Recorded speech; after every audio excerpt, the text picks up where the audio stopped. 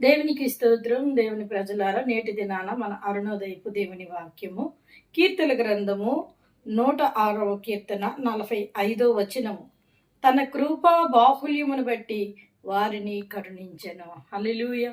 ప్రియమైన దేవుని బిడ్డ, ఇక్కడ దేవుడు నీకు ఈ దినాన నీతో మాట్లాడుతున్న మాట, దేవుడు తన కృపా బాహుల్యాన్ని బట్టి ఇశ్రాయేలు ప్రజలను కరుణించినని ఇక్కడ వాక్యం రాయబడింది. అయితే అదే కృపా బాహుల్యమును బట్టి ఈ దినాన దేవుడు నిన్ను కరుణిస్తా ఉన్నారు. నువ్వు ఇరుకులో పడ్డావా? నీ కాలు చిక్కబడి ఉన్నదా?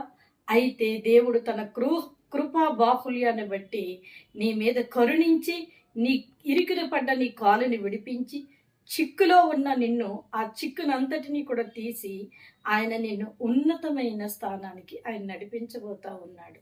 కనుక నువ్వు దేవుని యందు నీ విశ్వాసాన్ని కలిగి ఉండు. అరుణోదయాన లేచిన వెంటనే ఈ వాక్యాన్ని పట్టుకొని, దేవా నీ కృపా బాహుల్యమును బట్టి నన్ను కరుణించు ప్రభువా. ఇదిగో నా కాలు చిక్కుబడి ఉంది నాయన, నా కాలు బెనికి ఉంది ప్రభువా. నేను అనుకోని రీతిలో ఈ ఊబిలో పడిపోయాను ప్రభువా, నన్ను లేవనెత్తు ప్రభువా. నువ్వు అడిగితే ఖచ్చితంగా దేవుడు నిన్ను కరుణించి ఆయన తన చేయి పట్టి నిన్ను లేవనెత్తి ఉన్నతమైన స్థానానికి నిలబెడతాడు. కనుక అరుణోదయాన లేచిన వెంటనే ఈ వాక్యాన్ని పట్టుకొని ప్రార్థన చేసి నీ జీవితాన్ని ప్రారంభించు.